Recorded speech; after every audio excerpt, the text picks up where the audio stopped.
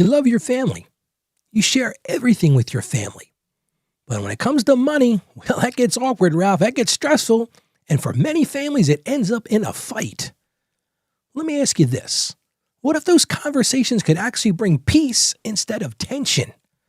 Let's talk about how money talks can create unity instead of conflict. That's what I'm going to talk about on today's show. It's going to be a great one.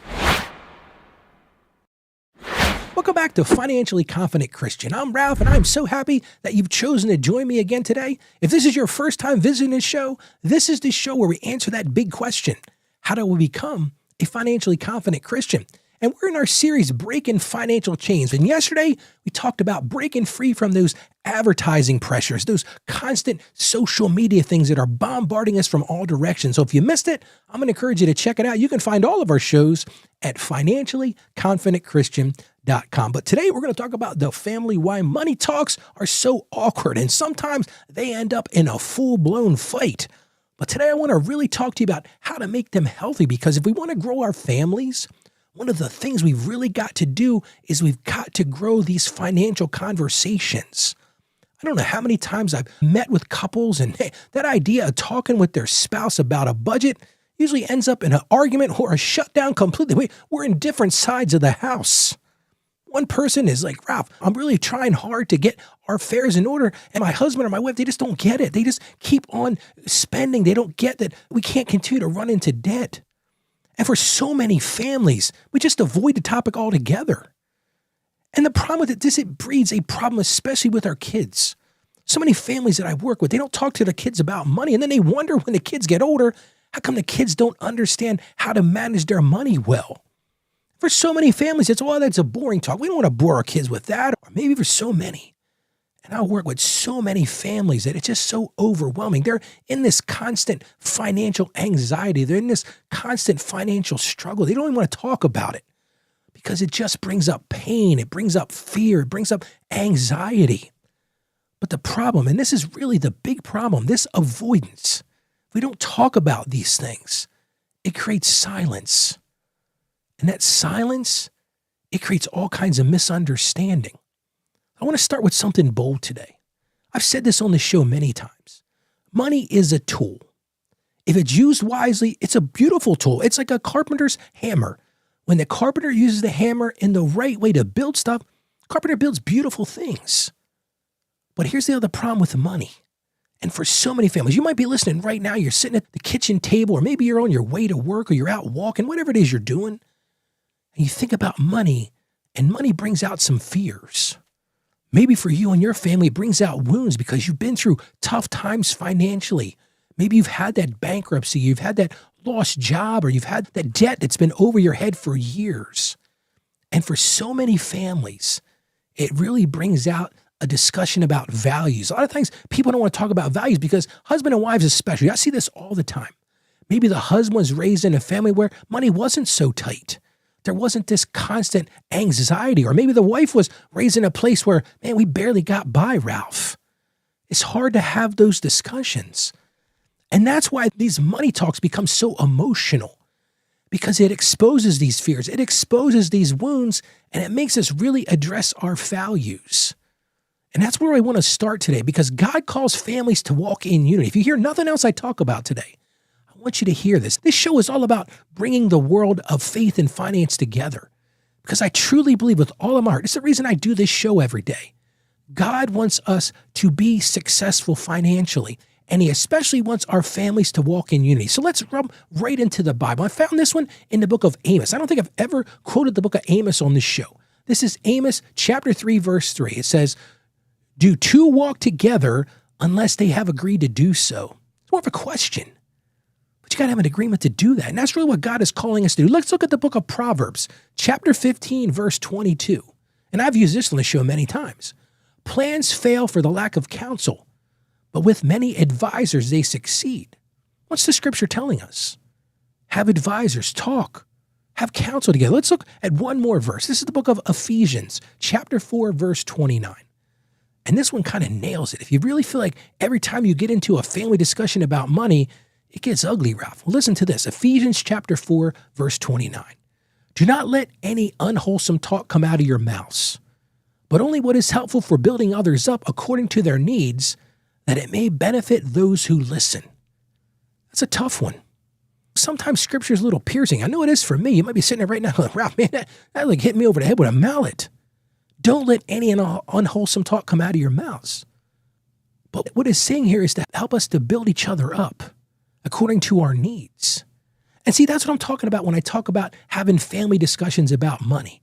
It's all about building an agreement. It's all about finding wise counsel between each other and uplifting ourselves with God's word and making a blueprint for our family money talks. And for so many people, this is a struggle. I've heard people say this time and time again. They say, Ralph, we talk about a budget at home. It started tense, but yeah, we did. We took your advice, Ralph. Before we talk about money, we're going to pray about it and say, Lord, listen, this may end up in a battle, but help us all to stay calm today. Help us to understand that the goal here is to build our family up, not tear it down. And once we did that, Ralph, something amazing happened. We started to have real calmness. We were able to actually have a discussion. I remember as a kid, my mom used to get involved in sharing money things with us. To be honest with you, sometimes I think she shared a little bit too much, and it felt like a burden. But you can do this in a correct way.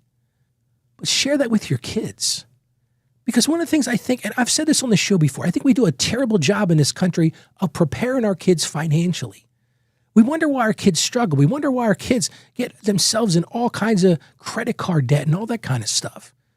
Have we taught them the valuable lessons? Because here's the truth. Intentional conversations, the conversations that we're intentional about, the things that we plan out, the things that we think about, hey, we got to have this conversation. Those intentional conversations can bring unity and they can bring peace in life. So now you might be saying, Ralph, how do I make this happen? We've never done this in our family, Ralph. This is something you might have to take the lead because maybe your spouse or maybe somebody else is not going to want to do that. This is hard work.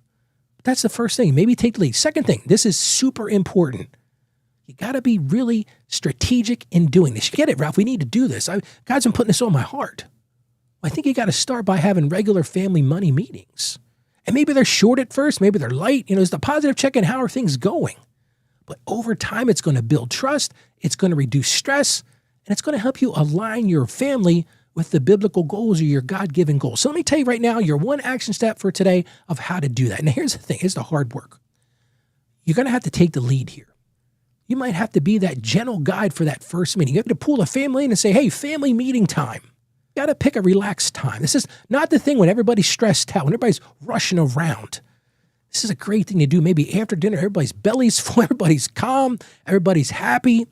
It's a good time to do that. Or maybe it's just for you and your wife or you and your husband. You need to sit down and have just a talk. Again, not when everybody's upset, not when the credit card bill just landed, not when the bank just called and said there was another overdraft notice. That's not the time to do it. Maybe over a weekend coffee, just 15 or 30 minutes. Keep it short, keep it brief, but keep it positive. That's my third thing I wanted to say today. Keep it positive. Just one goal, one light topic. If you come at this with the intention of, I'm going to whale my husband over the head with a hammer because he doesn't stop spending money on stuff, it's not going to be effective. You're not going to get anywhere with that. And then I'm going to encourage you to one more thing like I talked about. Start with prayer. Pray together about this. Begin it and end it with God's wisdom because he's the one that can solve this. We need to understand it from the very start. If we want to fix these awkward conversations about money in our families, we got to take it right to him first. Begin with that, end with that. Start off with saying, God, help us to be calm in this discussion. And then at the end, thank him for that calm discussion. Because when you do this, when you pick that intentional choice to do this, it's going to build peace. And it's going to stop that game of blaming everybody else for what's going on with your finances in the family. How about we pray together? Lord, we just start today by thanking you for the gift of our families, Lord. So many times we take that for granted. Lord, we appreciate what you've given us. And we have to say right now, Lord, we have to confess to you that money has sometimes divided us as a family. And we just ask that you will forgive us for those times, Lord, and help us to have courage to start to talk openly about these things. Give us wisdom to shut up and listen sometimes, Lord, and to really have grace to find unity in our family. And Lord, as we do this, we ask that you would come into those discussions. Give us alignment with the will you have for our lives, Lord. Help us to be wise stewards of that. Help us to teach our kids to do this well, Lord, so that they become financially confident Christians, Lord. And we ask all this in the confidence of Jesus himself. We ask this in Jesus' name. Amen. Family money meetings aren't about conflict. They don't have to be. You may have experienced that your whole life because, listen, I know this myself. So many times because it's a discussion of we spent too much money last month, or we did this, we did that. They don't have to be about conflict. They can truly transform into a time of connection. I'm going to encourage you to do that. Start small, keep it light, and remember, invite God into the beginning and the end of that conversation. And as we're talking about inviting, I would really like it if you would share this show with other people. Maybe you know another family that's struggling. You can say to them, hey, I listened to this guy, Ralph. He's got this podcast called Financially Confident Christian. You can send them right to our website. That's at financiallyconfidentchristian.com. Send them an email, send them a text, and just say, hey, you want to consider this. I listen to his show every day, and it's really been impactful for me. It's helped me break that cycle of financial shame, and it's helped me find confidence. So share the show with them. And while they're there, you can point them to something absolutely free. And you can get this yourself too. I'm giving you everybody that listens to the show. You just go to our website. That's financiallyconfidentchristian.com/becoming. I want to give you a copy of my book. I just finished writing my third book. Yes, 3 books. What was I thinking? But this one's really impactful. It's called How to Become a Financially Confident Christian. And it really is your way to start stepping out of that financial shame that so many of us find ourselves in that cycle, and to build confidence in the rock of Christ to change the financial dynamics. So I'm encouraging you to get that. Again, you can go to financiallyconfidentchristian.com/becoming. Now, tomorrow, we're going to get really practical. Tomorrow, we're going to talk about those forgotten subscriptions, those sneaky budget leaks. But bigger than that, we're going to talk about how to reclaim that money and put it to use for God's will of your life. So I'm going to encourage you to catch tomorrow's show. And as I close today, I just want to remind you this. You can do this. You can have those difficult family conversations. Just invite God into it. Say, God, show me your path for this. Keep it short, keep it simple, keep it positive, but you can do this. I believe in you. Believe in yourself. Now go live as a financially confident Christian because you can do this. God bless you, and you have a great day today.